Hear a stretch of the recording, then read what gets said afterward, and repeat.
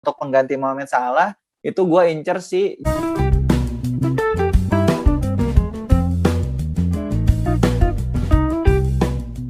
Halo guys, nah di tahun 2022 ini awal tahun kita dan masih di awal Januari ya, minggu kedua Januari. Kita berjumpa lagi di tahun baru ini. Mungkin kalian ada yang bertanya-tanya, Bacotin ada yang rilis lagi nggak sih episodenya? Ada. Jadi kita untuk episode kali ini, kita akan membahas untuk persiapan kita di game week ke-22. Nah, nanti akan didampingi sama Raka sama Bayu. Halo Bay, Rak, apa kabar lu? Woi. Halo, jumpa lagi. Kita udah lama ya. Akhirnya kita ada video lagi. Tahun 2022. Nah, oke. Tapi sebelum gua mau masuk ke pembahasan utama kita di episode kali ini, Rak, gua mau pamer sama Bayu dulu nih. Kita kemarin main game apa coba? Main game apa kita coba? Nah, MPL Fantasi. Paham dia. Lu udah mainin juga, Bay? Iyalah, gue udah mainin banyak pertandingan-pertandingan seru. Gue mainin dan gue bisa dapetin berlian kemenangannya. Oh, salah lu pamer ke orang yang salah. Dia udah legend di situ, coy. Bay, tapi emang lu ini apa namanya? Lu mainin MPL Fantasi kenapa sih, Bay? Ya, kalau gue maininnya ya karena gue pengen seru juga dalam bermain. Gue kan suka bermain game nih, ditambah lagi gue suka menonton sepak bola, jadi kombinasi di antara kedua itu jadilah MPL Fantasi ini. Gue seneng banget makanya main MPL Fantasi ini, jadi nonton bola gue juga lebih seru gitu. Nah, jadi gue mau jelasin dulu nih buat teman-teman. Bagi yang belum download MPL Fantasi, gue mau jelasin dulu nih keseruannya dan kenapa kalian harus mendownload aplikasi game MPL Fantasi. Jadi game MPL Fantasi ini adalah game fantasi sepak bola yang membutuhkan analisa dan strategi dalam menyusun tim di MPL Fantasi. Pastinya seru. Kenapa gue bilang seru? Karena sekarang kan udah jarang nih yang namanya nobar. Jadi kalau kita nonton bola pasti ya paling banyak 2 orang atau 3 orang, itu pasti krik-krik. Nah, waktunya kalian mendownload aplikasi MPL Fantasi. Kenapa kalian harus download? Karena di aplikasi game ini kalian menyusun tim dan menganalisa dan membentuk tim pastinya. Poin yang kalian dapatkan itu berdasarkan pertandingan real atau pertandingan nyata. Jadi kebayang serunya gimana. Lu nyusun pemain, terus nontonin pemain-pemain yang lu pilih, dan lihat apa yang bakal terjadi di pertandingan lu tersebut. Kalau misalkan pemain lu mencetak gol atau mencetak assist, ya pasti senang banget pastinya, karena poinnya berdasarkan pertandingan lu tersebut gitu. Nah, ada lagi nih, untuk aplikasi MPL Fantasi ini ada juga kontes-kontesnya nih. Salah satunya adalah kontes besar. Bedanya dengan kontes lain, karena kontes besar ini mempunyai hadiah berlian kemenangan yang lebih banyak. Jadi selain berkompetisi, jerih payah kalian juga terbayarkan dengan dapatkan hadiah berupa berlian kemenangan. Yang pastinya berlian kemenangan ini dapat kita tarik di saldo GoPay atau link aja. Seru banget pastinya. Rak, masih ingat gak cara downloadnya? Coba lu jelasin dong. Oke, jadi cara downloadnya gampang banget. Kalian tinggal masuk aja ke browser di handphone kalian, terus ketikkan mpl.id. Nah, nanti setelah masuk ke websitenya, kalian tinggal klik aja tuh opsi tulisan download sekarang. Tinggal diklik aja, otomatis akan langsung terdownload di handphone kalian. Nah, setelah terdownload di handphone kalian, langsung kalian install aja aplikasi MPL itu.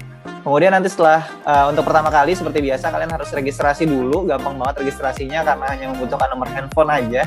Terus nanti setelah registrasi masuk ke aplikasinya kan. Nah, terus langsung masuk ke Fantasy. Fantasy itu ada di tengah-tengah di bagian bawah. Tinggal diklik aja, nanti akan muncul banyak jadwal pertandingan. Nah, nanti tinggal kalian pilih aja tuh salah satu pertandingan yang mana yang mau kalian analisa dan mau kalian tambah keseruan menonton pertandingan tersebut gitu. Nah, di MPL Fantasi ini cara bermainnya juga gampang banget. Cara mainnya gampang tapi menangnya tentu tidak gampang karena butuh analisa dan strategi banget gitu. Jadi di MPL Fantasi ini kalian menyusun satu tim dengan komposisi 11 pemain, defender, midfielder, dan juga penyerang. Nah, setelah kalian pilih pemain-pemain dari kedua tim yang akan bertanding tersebut, kalian juga harus memilih kapten dan vice kapten, di mana pemilihan ini juga krusial karena poin kapten akan dikalikan 2 dan poin vice kapten akan dikalikan 1,5.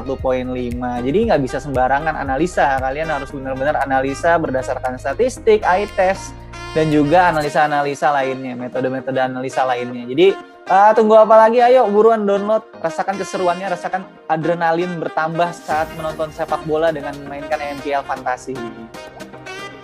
Yoi. Nah, itu tadi udah gue jelasin secara singkat ya untuk keseruan bermain aplikasi game MPL Fantasi. Jadi kalian buruan download gamenya, jangan lewatkan keseruannya. Oke, kita masuk langsung ke menu hidangan utama kita di episode kali ini, yaitu persiapan kita di Game Week ke-22. Yang pertama, kita mau bahas untuk strategi transfer. Dari gua dulu. Strategi transfer gue ini agak rumit sebenarnya. Kenapa rumit? Karena dari tim gua sendiri tuh, aduh, bisa dibilang kacau karena yang gue lihat memang Alexander Arnold kabarnya kan COVID ya. Terus ada Smith-Rowe, Amazon itu pada cedera semua gitu. Jadi gue juga agak bingung, dan yang gue lihat ini pentung kuning juga Ronaldo gitu. Aduh, dengan komposisi yang gue bangun di wildcard gue kemarin, gue agak tergoyahkan sih sebenarnya di game ke-22. Nah, pertanyaannya siapa yang akan gue transfer out? Mungkin pilihannya jatuh kepada Son, karena ini yang paling diwanti dulu ya, karena memang akan cedera panjang. Untuk penggantinya tuh gue masih apa juga sih. Bisa jadi pemain barunya Aston Villa, Coutinho, dan ada lagi sih. Iya, gue paling senang tuh kalau ada pemain baru, apalagi kan Coutinho sebenarnya bukan pemain baru di PL ya, artinya memang artinya memang udah pernah merumput di situ, dan memang pas di Liga Inggris dia masanya di Liverpool gitu. Jadi udah nggak asing sih sebenarnya sama sepak bola Inggris, apalagi pelatihnya kan teman rekannya dulu di Liverpool gitu. Terus kalau ditanya ada opsi lain, gue masih belum ada, karena memang gue masih buta sekarang gitu, karena banyaknya kasus COVID, ya kita juga harus lebih berhati-hati dalam mengeluarkan pemain, apalagi memasukkan. Takutnya gua masukin buru-buru, taunya COVID deh gitu. Oke, itu dari gua. Benar. Lu gimana, Rak? Oke, jadi kalau dari gua bener sih kata Lumi tadi, kita harus bener-bener ya jangan terlalu late transfer juga, tapi at least kita tunggu sampai jam-jam terakhir untuk melakukan transfer. Dimana jangan sampai kelewatan juga, karena di Sabtu dini hari untuk deadline transfer di Game Week 22 ini. Dan untuk strategi transfer gua yang jelas, gua akan mengeluarkan Salah, karena emang Salah kan kita tahu sendiri kita akan ke AFCON. Gua kondisi sekarang belum gua keluarin, walaupun gua tahu value-nya akan terus menurun kan, karena banyak yang menjual. Tapi kondisinya sekarang menurut gua agak kurang bijak kalau misalkan langsung buru-buru jual ya, kecuali ambil free hit atau wildcard. Nah, karena gue tidak mengambil chip, jadi gue agak hold dulu. Nah, untuk pengganti Mohamed Salah itu gue incer si James Maddison dari Leicester, dimana kita tahu di besok dia akan double game week juga Leicester, dan di beberapa pertandingan terakhir Maddison ini lagi on form banget, jadi gue rasa dia cocok lah untuk menggantikan Salah. Dan sisa uangnya kemana? Gue ngincer untuk pemain double game week berikutnya itu ada dari striker.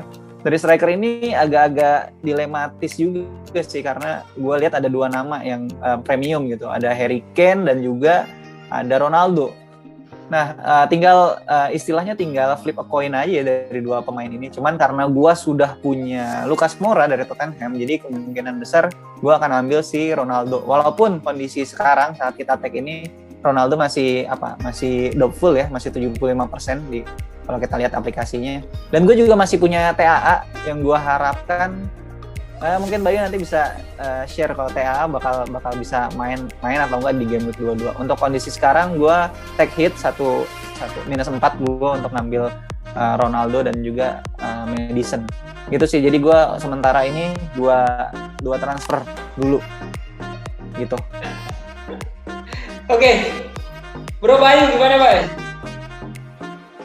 Kalau gue memang sih beberapa hari gue nggak melihat dulu FPL karena banyak ketidakpastian dan ya kondisinya gitu, TAA, COVID, Son juga cedera, nampaknya bakal diakses lagi nanti katanya setelah international break, yaitu nanti di bulan Februari awal kan.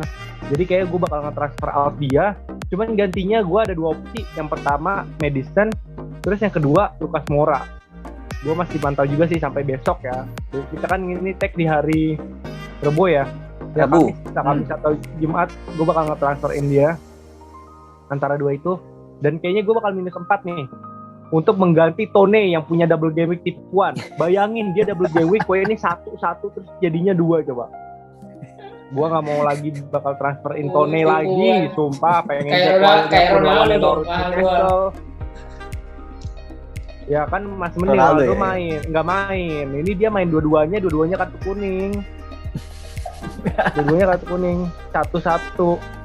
Dan ya gue kayaknya bakal nge-transferin ke Emmanuel Dennis sih. Dia juga kan Lah, lu bukannya punya Dennis? Kemarin gue transfer out. Gue kan free, wildcard. Wildcard ya. Gue kira Emmanuel Adebayor. Ya udah gue masukin lagi nanti Dennis gitu. Adebayor lagi. Ya, gue nggak apa-apa. Tone double game week Liverpool MU nggak worth it gue anjir. Walaupun gue tahu biasanya gue transfer 3 poin, tapi ya udahlah, gue udah sebel banget sama dia. Mukanya Bayu tuh gue lihat itu lagi bete-nya dia. Bayangin 2 Tapi bersinar loh Bayu loh. Bersinar loh malam ini Bayu. Lampunya baru. Handphone-nya yang bersinar. Lampunya baru. Handphone-nya yang bersinar. Oke. Itu tadi strategi transfer kita ya, bertiga. Jadi memang agak-agak riskan juga ya untuk melakukan early transfer karena kita mau melihat situasi dulu gitu. Tapi udah ada nama-nama yang kita sebutkan tadi. Nah, kita tinggal mantau lagi nih dan melihat perkembangannya seperti apa menjelang deadline. Oke, Kita lanjut ke segmen kedua. Ada best budgeting yang ditunggu-tunggu nih tiap minggunya nih. Yoi, untuk best budgeting sendiri nih kita memakai formasi 3-4-3. Dari kiper itu ada De Gea. Nah, ini menarik nih. Dari 11 pemain MU, yang paling konsisten mainnya itu cuma De Gea. Tapi emang musim ini lagi bagus lagi loh. De Gea gue lagi bagus lagi. Buset. De Gea bagus, kan serang terus soalnya. Iya, serang terus soalnya, itu maksud gue. Gue menyindir. Gue nggak terima sindiran. Tapi memang dibandingin tahun kemarin, ya kita ngeliat memang agak-agak koplak juga sih di belakang dari MU sendiri ya, karena belum menemukan performa terbaik di lini belakang gitu. Apalagi dengan adanya Rangnick masuk, ternyata belum terlalu berefek untuk Manchester United sendiri gitu.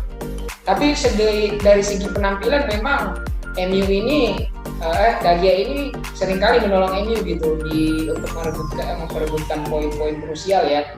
Jadi kalau gue lihat memang penyelamatan yang di musim ini memang benar-benar inilah kayak De Gea yang musim keduanya MU. Pas dia di musim kedua MU itu bagus banget kalau gue ngelihat. Nah itu performanya kembali lagi di musim ini gitu. Nah dari segi back kita memilih 3 pemainnya. Ada Keane dari Everton besok melawan Norwich, kemudian ada back dari Liverpool Robertson melawan Brentford. Yang terakhir adalah Mi dari Burnley yang besok akan double game week ya. Nah menarik ini, dari Keane sendiri besok melawan Norwich. Norwich itu kalau gue lihat dari segi penyerangan memang belum menemukan performa terbaik juga, dan memang Everton sendiri memang lagi mengejar poin ya. Artinya dari segi pertahanan gue ngelihat juga untuk melawan Norwich itu bakal clean sheet sih sepertinya seperti itu. Kemudian dari Liverpool ada Robertson besok melawan Brentford. Robertson sendiri ini baru main kembali ya, kemarin kan sempat dapat kartu merah ya. Dan gue ngeliat memang walaupun ada beberapa kasus di Liverpool, diantaranya mungkin kemungkinan besar TAA bakal absen, tapi dengan melawan Brentford sendiri kualitas lini pertahanan dari Liverpool untuk untuk melawan Brentford gue ngeliat masih sama seperti dulu sih, artinya memang untuk pertandingan kali ini Robertson bisa memberikan poin untuk clean sheet gitu di tim FPL kalian. Kemudian dari Burnley ada Ben Mee. Nah, Mee sendiri ini kan memang besok akan melakukan double game week ya.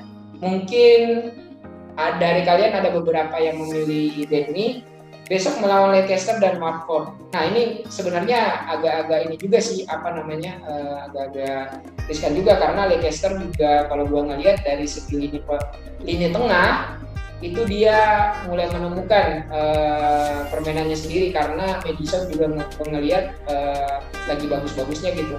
Kemudian besok lawan Watford juga begitu karena ada Dennis di depan, tapi dengan adanya Ben Mee, gue berharap memang ada beberapa poin sih buat Ben Mee untuk menciptakan peluang gol gitu atau assist. Karena kalau gue ngelihat sendiri secara positioning dia sering membantu serangan juga. Jadi gue berani memilih Ben Mee di lini belakang. Gitu. Oke, dari lini tengah. Oke, baik. Gimana baik dari lini tengah?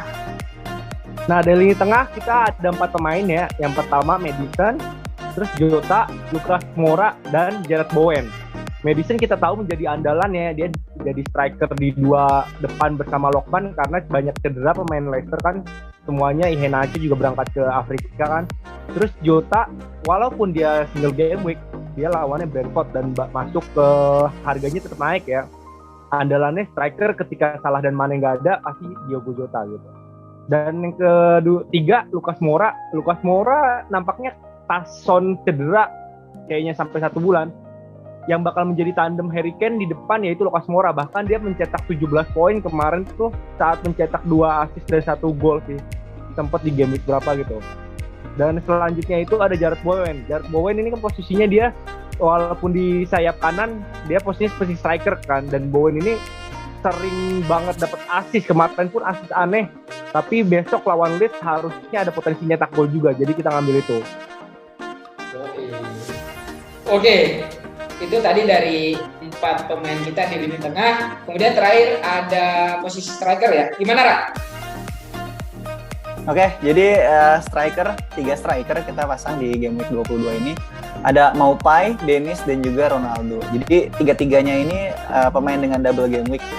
Nah, kalau misalkan dilihat secara fixture ini Ronaldo ini atau MU itu punya jam istirahat yang jauh lebih banyak dibandingkan Brentford. Jadi kan kalau double game week itu kita lihat-lihat juga untuk rotasinya dan juga jam istirahatnya antara kedua tim yang akan bertanding.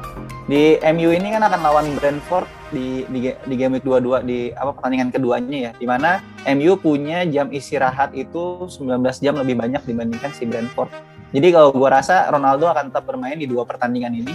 Kemudian juga si Maupay itu di pertandingan keduanya akan melawan Chelsea, di mana si Brighton ini punya jam istirahat 16 jam lebih banyak dibandingkan Chelsea. Dan kalau misalkan dilihat Chelsea ini dari sisi defensif lagi agak goyang di setengah musim sekarang ini, karena kalau dilihat setengah musim awal dia bagus banget kan Chelsea, tapi di setengah musim kedua ini Chelsea sedang sedikit agak goyah, dan terbukti dari Chelsea balancingnya, penyerangannya agak menurun, defensifnya agak kacau gitu. Jadi ini bisa dimanfaatkan sama Maupay untuk bisa sedikit mengacak-acak konsentrasi back Chelsea yang sedang agak menurun. Dan Dennis tentunya Watford. Dennis ini sih dia kayak melawan teori statistik ya. Dennis ini yang dulu digembar-gembor King versus Dennis gitu, terus dari awal Bayu udah bilang secara analisanya nih lebih mentereng Dennis walaupun kalah secara statistik, tapi memang Dennis membuktikan bahwa poinnya sampai sekarang itu dari awal orang-orang membahas King versus Dennis, itu Dennis lebih bagus. Jadi dari 3 striker ini dan Ronaldo ini salah satu penalty taker ya. Yang itu yang penalti ini sekarang jadi banyak penalti karena ya penggunaan VAR yang semakin sering gitu. Jadi itu beberapa pertimbangan kenapa kita ambil 3 striker tersebut. Oke. Kaptennya siapa, Mi? mampus. Oke, untuk kapten kita jatuh kepada Dennis. Dan untuk vice kapten kita pilih untuk Ronaldo. Yoi. Sebenarnya kalau kapten ini sekarang mungkin akan banyak yang mengkaptenkan Ronaldo ya. Cuman ya, Mungkin. kalau sekarang mungkin lebih kayak yang pernah lu bilang, Bay, strateginya saat kapten agak menyebar, saatnya cari kapten diferensial. Iya, kapten diferensial. Jadi kayaknya kita berani karena Dennis lawannya cukup bagus sistemnya ya, Newcastle dan Burnley. Jadi kita coba main berani. Ketika Ronaldo kan kadang-kadang sering zong, apalagi kondisi MU yang kita tahu sendiri masih mencari permainan dan katanya banyak pemain yang nggak betah dengan segala macamnya, isu-isu kayak gitu tuh kadang-kadang bisa bikin internal pertanyaan issue juga. Iya. Oke. Untuk episode kali ini cukup, kita tadi sudah menjelaskan untuk strategi transfer kita dan kemudian base bacotin. Ini memang game week yang agak panjang ya setelah banyak kasus COVID karena terulang lagi game week yang tahun lalu ya. Banyak yang di cancel karena COVID dan di tahun ini juga seperti itu gitu. Dan semoga ini yang terakhir ya untuk penundaan secara mendadak gitu. Semoga kasus COVID di sana juga segera menurun sehingga kita juga para manajer lebih bisa maksimal dalam menganalisa pemainnya, karena tiba-tiba ke cancel itu pertandingan rasanya gimana ya. Seperti itu. Oke, baik. Ada informasi baru lagi nggak? Info terbaru nih, jadi baru masuk beberapa jam yang lalu ya. Ternyata trainer Alexander Arnold itu udah masuk full training sih, tadi Jurgen Klopp ngomong harusnya sih bisa start. Oke. Mantap. Kembali lagi amunisi gua kalau begitu. Karena Alexander Arnold pasti bakal memberikan assist ke pertandingan besok. Lagi Brentford lawan. Oh ini. Lawan Brentford ya. Kandang lagi. Oke, sip. Untuk episode kali ini cukup. Semoga apa yang kita sajikan di episode kali ini bisa menjadi gambaran kalian dalam menentukan strategi transfer kalian di game week ke-22. Oke, terima kasih banyak dan sampai jumpa.